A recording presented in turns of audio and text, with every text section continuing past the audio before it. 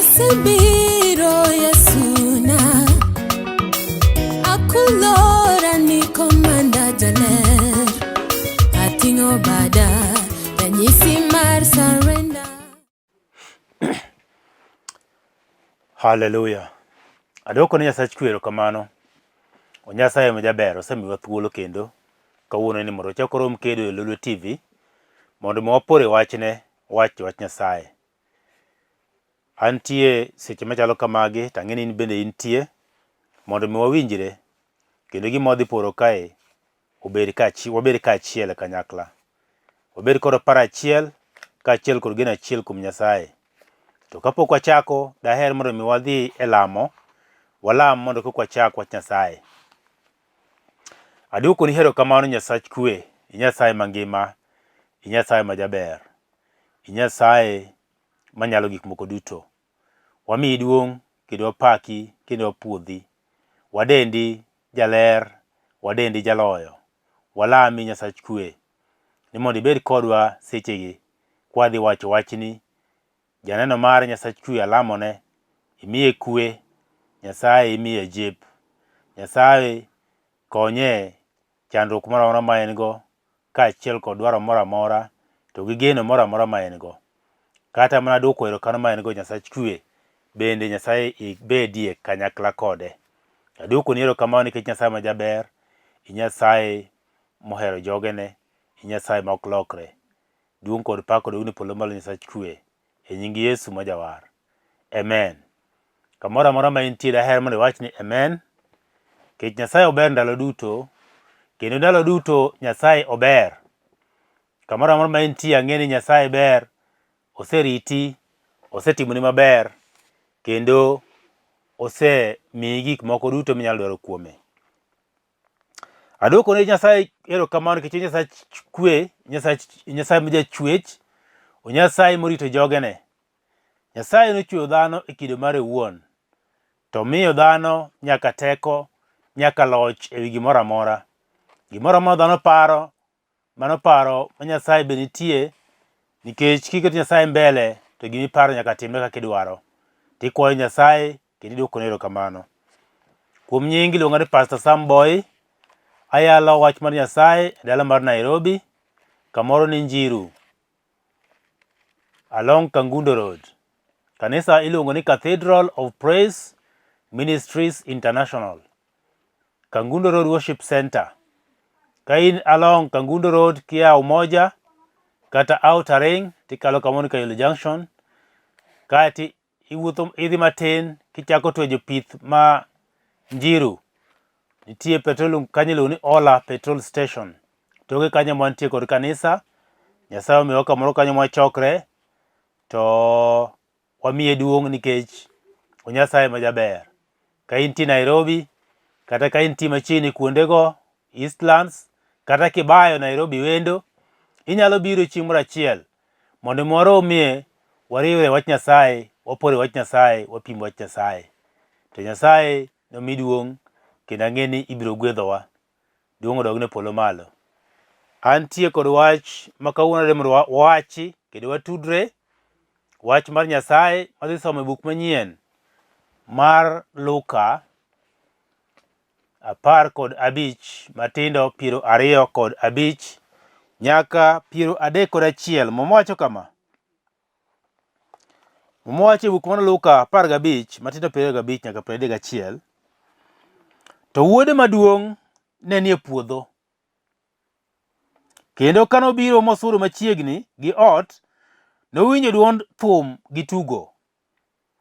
Noluongo achiel kuom jotich mopenje ni wechegi obet nang'o. Nowachone ni owadu osebiro kendo wuoru oseyang'o nyarwath mamiyo. Nyarwath mamiyo tiende nyarwath machwe. Nikech oseyude kongima. To mirima nomake, nodagi donjo, eka wuon mare nowuok nohombe. To en nodwoko wuon mare niya, higni mathothgi asetiyoni kaka misumba, kendo pok aketho chikni kata dichiel. To pok imiya kata nyadiel achiel. To pok imiya kata nyadiel mondo amorgo gi osiepena. To ka wuodi ni obiro mano chamo gigi gi joma terore, iseyang'one nyarwath mamiyono, yani nyarwath machwe mopugno. Nokone niya, nyathina, ndalo duto in koda, to giga duto gin meki. To owinjore wamor kendo wail, nikech owadu ni yandi otho, to koro ongima. Yandi olal, to koro onwang'e. Wi wach madhi wuoye kawuono ni rito aritani. Rito aritani kata rito kari. Rito aritani. Kama intie onego iriti. Kama intie onego ichung'i motegno. Kama intie onego ibed king'eyo ni en kari. Mama wuoyo kuom kijende ariyo. Ojendegi ne gin ma jawuot ng'at achiel. Mama wacho ni achiel nokawo mwandune. Okone wuon-gi ni an tade mondo ipogna mwandu modok korka kora. To wuon-gi be kane owinjo kamano to opogone mwandu modok korka kore. To wuok modhigo.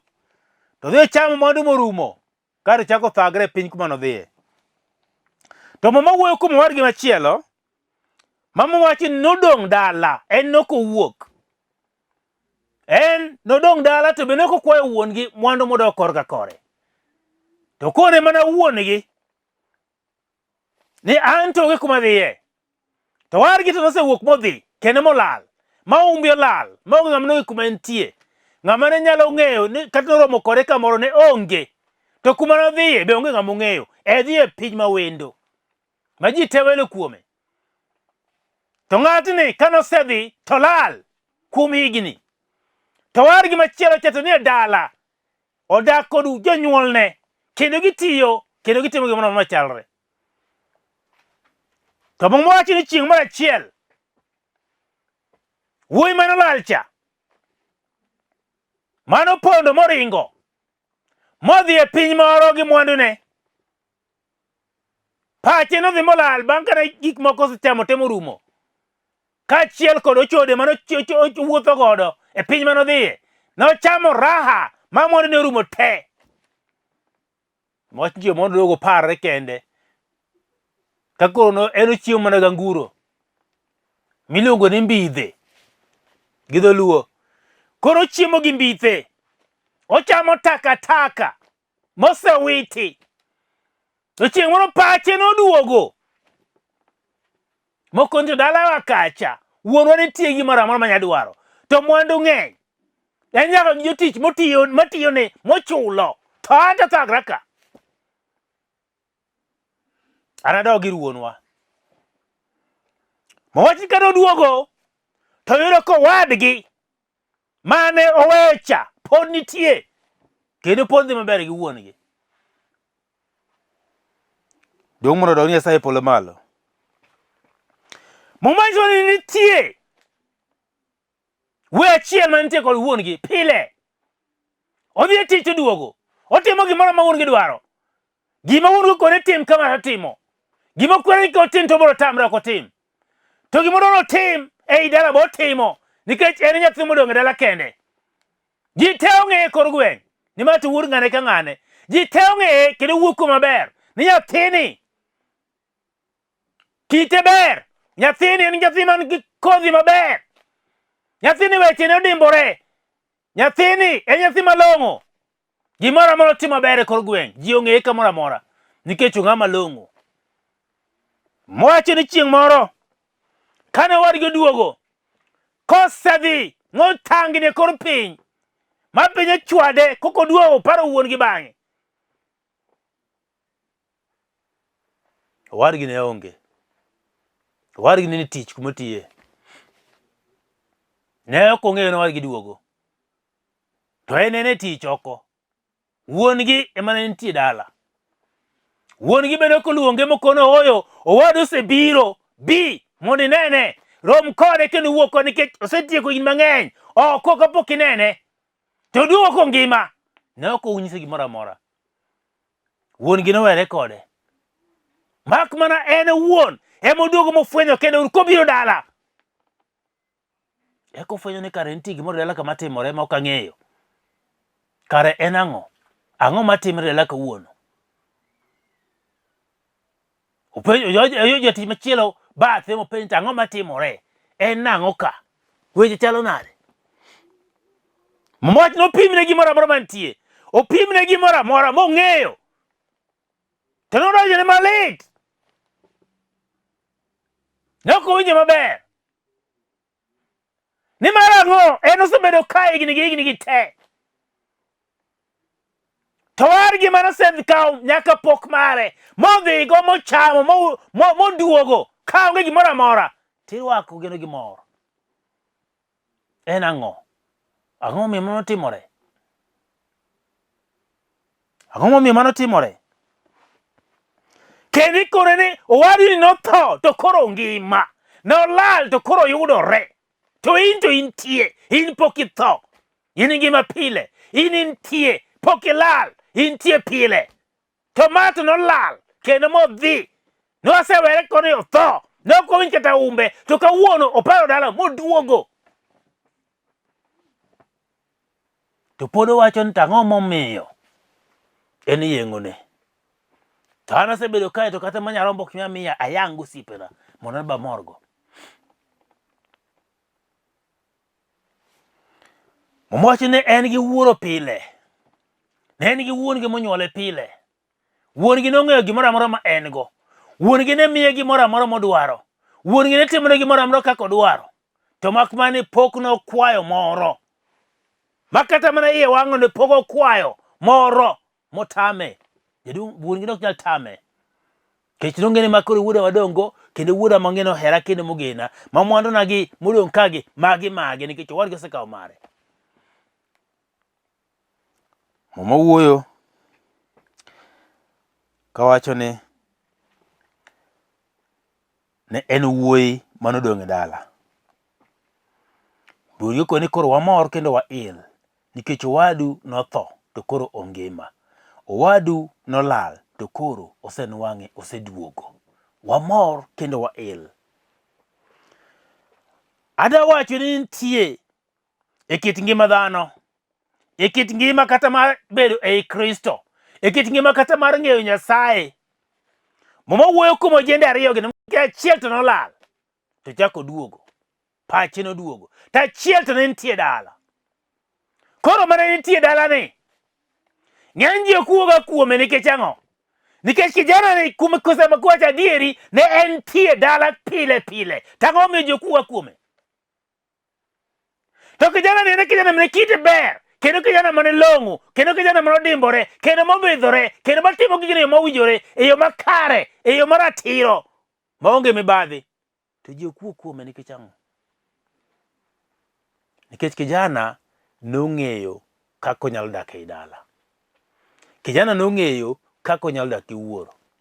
Kijana nong'eyo gima nodwaro e kit ngimane. Kijana nong'eyo ni kare kabedo machiegni gi janyuolna tabiro yudo gweth. Kijana nong'eyo ni kare kawinjo gi ita ma iye giminyisa kendo atimo kendo amako tabiro dhi mbele mana maber. Nikech jonyuol gin jok moting'o nyaka gweth. Jonyuol boting'o nyaka kuong'. Janyuol nyalo kuong'i, janyuol nyalo gwedhi. To en owuon nong'iyo gi chuny maiye mokawo pache moketo kuom janyuol mokone jogi ok abi weyogi, abiro dak kodgi. Nitiere ji mathoth moseringo, mosebalo, kata mana i kanisa gionge. Ne gichako maber, to bang'e giduogo gibalo ma gichak giwuok oko. Ne gichako maber, kaeto gik mathoth ma giketo e kit ngimagi kata e pachgi, kata osiepe ma gimakrego nokawogi mochako ywegi ma gichak gidhi bathe. To nitie moko ma pod ochung' odong' kochung' kendo motegno. Kowacho ni an to onge kuma adhiye. Rach ber, abiro siko ka. Rach ber, abiro wuotho ka. Rach ber, abiro wuotho gi Nyasaye. Rach ber, abiro timo gima idwaro. Kijana noyudo gweth kuom wuon mare moloyo wadgi mane oringo. Nikech ang'o? En kata ne ok olande kamano. Kata ji mang'eny ok ong'eyo thoth mar gima notimo kata ber mare ji mang'eny ok ong'eyo. Kata ji mang'eny pok obedo ka wuoyo kuome, lakini en kijana manobet kod gweth kuom janyuolne. En kijana manobedo kod geno kuom janyuolne. En kijana manowinjo wach janyuolne motiyo kaka idwaro. To mama wacho ni en kane entie gi janyuolne, wuon godo kone gimoro amora ma an go ka osebedo mari. Gik moko duto ma an go gin magi nikech ang'o? Owadu nosekawo mage mosedhigo. In midong' pok amiyi magi. Koro gimoro man ka gin magi. To mano be kaka timo wach Nyasaye chalo. Ng'at mosebedo ka wuotho maber gi Nyasaye, Nyasaye gik moko duto mantie kuoma ka gin magi. Gimoro amora mineno no, midwaro no, kisiko kuom Nyasaye, miudong' kod wuotho kode, ng'ato nosebalo mosedhi, kobro duogo, obro yudi maka ni Nyasaye ka. To mama wacho ni gik moko duto te mantie ma Nyasaye nosesingore jogene. Gik moko duto mantie ma Nyasaye osesingore nyithinde, gin magi. Onge kata achiel mabiro balo madhi oko, nikech in isebedo kigeno kuome, kendo isebedo king'iye, pachi te gi wang'i isekawo kichomo kuom Nyasaye, nikech en wuoro maber moingo wuone te. En ong'eyo gima ber ne nyithinde, en ong'eyo gima ber e kit ngimani, en ong'eyo gima ber monego itim, en ong'eyo kaka onego ochiki, en ong'eyo kaka onego ter ngimani. Miyo ng'ama osiko kuom Nyasaye momoko kuome. Mama wuoyo kawacho ni gik moko duto te mantie Nyasaye, gik moko duto te mantie mag Nyasaye nitie kuome. Nikech mwacho ni kijana chane en otiyo. Mwacho ni en wuoyi maduong'. Mwacho prenga bijin to wuode maduong' ne nie puodho. Wuode maduong' ne nie puodho. Wuoyi maduong' ne nie puodho. To matin to noringo modhi. Ng'ata mosiko kuom Nyasaye no en wuoyi maduong'. Nyasaye kawo kaka wuoyi maduong'. Nikech puodho to en tich Nyasaye. En od Nyasaye. En kama gima Nyasaye do tim. Mane puodho kama mowacho. To koro ng'ani en wuoyi maduong'. Ne en puodho. Osiko puodho kotiyo. To puodho no otiyo ka achiel gi wuon gi. Ne pogo ne mare. En mar wuoro. En mar wuoro. Miyo samwantie mwageno Nyasaye kendo waketo geno waduto te kuome. Watiyo ne Nyasaye. To gimoro amora mantie ei Nyasaye kanyo wabiro yudo. Nikech wane mwarite. Adako riyo na mane samiriti Nyasaye. Kata ka intie kod wach mapek machalo nade. Kata ka intie kod wach mager mobaro ngimani ndasi. Kata ka en wach machal nade. Mineno ka olokre msigo e kit ngimani. Okonyal lokore. Muma miyo wa wach ni kawantie e iye. To gik moko duto te magwa. En ang'o misedwaro kuom Nyasaye ma ok omiyi. Inyalo lamo kendo kiywak Nyasaye ko Nyasaye asebedo ka kwayo gima kama pok ayudo. Asebedo ka timo gima kama ok dhina kama ber. Asebedo ka paro gima kama to ok pacha donjo e lain makare. To mama wacho ni kama ineno no Nyasaye odwoke maber wokore ni gimoro amora ma an go gin magi. Nikech ong'eyo gima idwaro. Mwacho ni en ema ong'eyo nyaka paro mar dhano ma iye. En ema osomo nyaka paro mar dhano. Ong'eyo nyaka gima idwaro. To gimoro amora midwaro no en go. En ang'o mineno ka pek ma ok nyal yudo kuom Nyasaye? En ang'o mineno ka tek ma Nyasaye ok nyal miyi? En ang'o mineno ka koro sani osetamo wang'i? Osebari ndasi ma ok inyal kata lokori. Ok inyal konyori. Mosewito nyaka pachi. Mineno ka in kori dong' adong' leo. O ikwamo kabisa. Nikech gik moko isetemo mondo mitim to ok timre yo midwaro gigo. Ni ng'ama dhako intie kod in maber in nyithindo gi chuori. To weche ok dhi maber e kar dak mari. Weche ok dhi maber e odi kama intie. Isebedo kilamo Nyasaye kuom higni mang'eny. To pok ineno lokruok. Mama wacho ni gik moko duto te misebedo kiwachogo. Nyasaye ong'eyogi kendo en kodgi. Gin magi obro miyigi e sama owinjore. Nikech kijana ni nokomiye gigi sama nowadgi ne onge. To sama wadgi oduogo eka wacho fwenyore ni kare gigi gin mage. Osemiye. Gigo te gin mage. Koro sama weche tek to kibiro fwenyo ni kare Nyasaye nitie kodi. Pok ojwang'i to boko bi jwang'i. Pok oweyi to kobi weyi. En Nyasaye mantie kodi ndalo duto te. Seche 24 mar odiochieng' entie kodi seche duto te. Onge sama biro weyi kata matin. Nikech mama wacho ni in e tong wang'e. In e tong wang' Nyasaye. Maka ng'ato mulo to mulo tong Nyasaye. Koro gimi paro ni onge no en ang'o? Nikech onge gima tek makikelo ni to nyalo tame. Inyalo kora mana teme gima mineno tek no. Tineno ko obiro loyo ni. Nikech onge ma ok onyalo loyo. Onyalo budho yes. Onyalo kawo ndalo. To gikone en ni nyaka lokruok bedie. To mana ng'ama obedo kosiko kuom Nyasaye kendo oketo chunye kodi odewo chunye maber kuom Nyasaye. Kendo wacho ni an to kama antie ni watho mana dich. Ang'eni weche to pod tek lakini watho mana dich.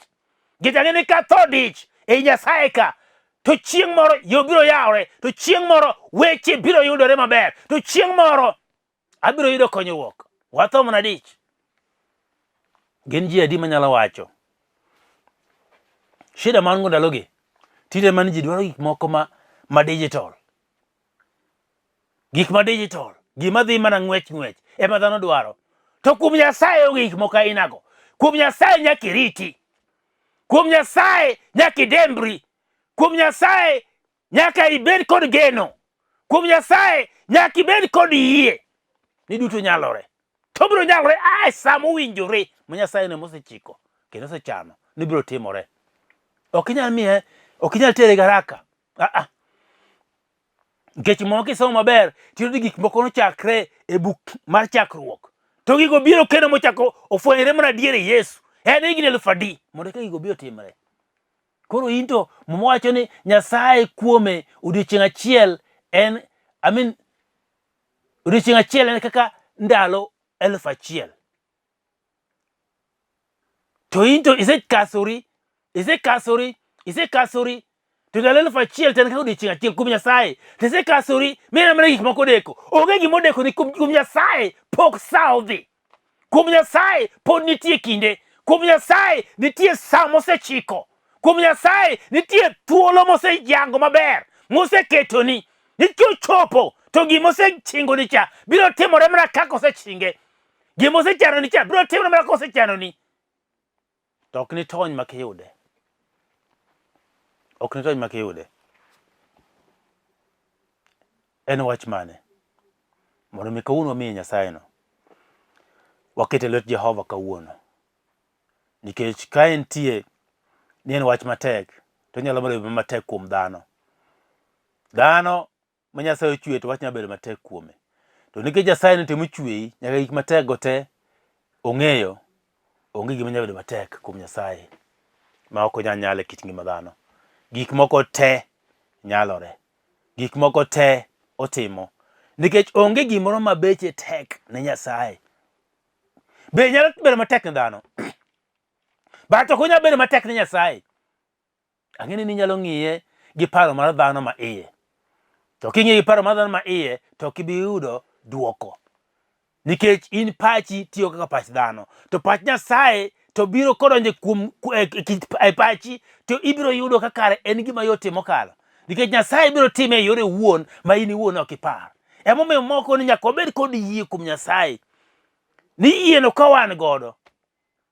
To anyalo nyiso kata gimoro amora kata mana got ni chori kucho to chorore. Yie no nyalo miyo gima onge bede.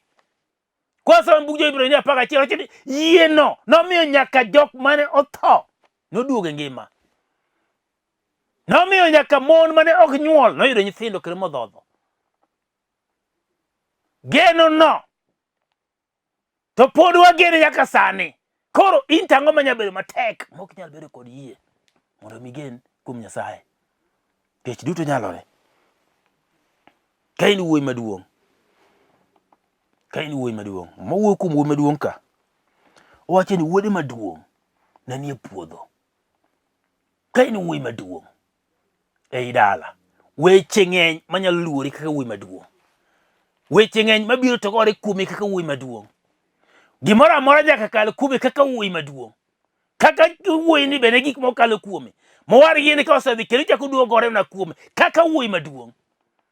To pod en obiro ng'ado kendo weche mone ka gik moko dhi maber. Koro bed norach bed ni ber osemiye duong' ei dala. Mokone gimoro amora ma in go. Ma an go. Mano janyuol kone gin magi. Nikech en ema oduong'. Koro miyo in bende inyalo bedo ni wuoyi maduong' e dala. Tineno ka weche bagi obari dasi. Nyasaye kono oyo. Mano thuolo ma en ema omiyi. Koro miyo kaka osemiyi thuolono, kawe akawa kaka ng'ama duong'. Nikech mwacho ni en kano biro to iye nowang'. Ni to kara ang'o matimore ka? Wuon gi kone oyo. Ng'ani nolal. Gik adi moselal. Gik adi moselal. Miseneno kolal kaka ng'ama duong' e dala. Gik adi miseneno koduogo kendo kata iri mogore kuomi kaka ng'ama duong' e dala. Koro ibedo kod chuny mar rwako gik moko. Iduogo kona pana. King'e Nyasaye tibo komana apana. Nikech gino timre kama Nyasaye kare mondo mi duong'. Nyasaye kare mondo mi nyingi opaki. Nyasaye kare mondo mi odendi. Haleluya kum nyarombo. Moche yano lal to kuro senwang'e. Nikech nitie gik moko manyalo lal e kit ngimani. Nitie gik manyalo lal kata ei dala. Nitie gik manyalo lal kata na kuom jonyuol. Kuom nyithindgi. Nyalo yudo nyithindo gik moko nyalo lal kuom nyithindo. Paro nyalo lal kuom nyathi. Somo nyalo tamo nyathi matiende olal. Onyalo yudo tich to kopar kata janyuol olal. Samono ore kamoro mondo mi odhi osom to bagni kucho bako somo. Mago te gin gik manyalo timre kit ngima dhano. Mago te gin gik manyalo timre kit ei dala. Nyalo timre kata kuom janyuol. Nyalo timre kata kuom nyathi. Duto Nyasaye miyowa geno. Nyasaye miyowa geno.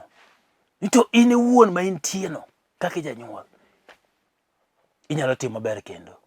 Ma kendo ber mari chak nenore. Duong' mondo Jehova polo malo. Adwa lamo kod ng'ato seche machalo kamagi. Kamoro amora ma intie, adwa lam kodi. Kolo e piny kama intie mondo lam Nyasaye. Jehova adwoko ni erokamano.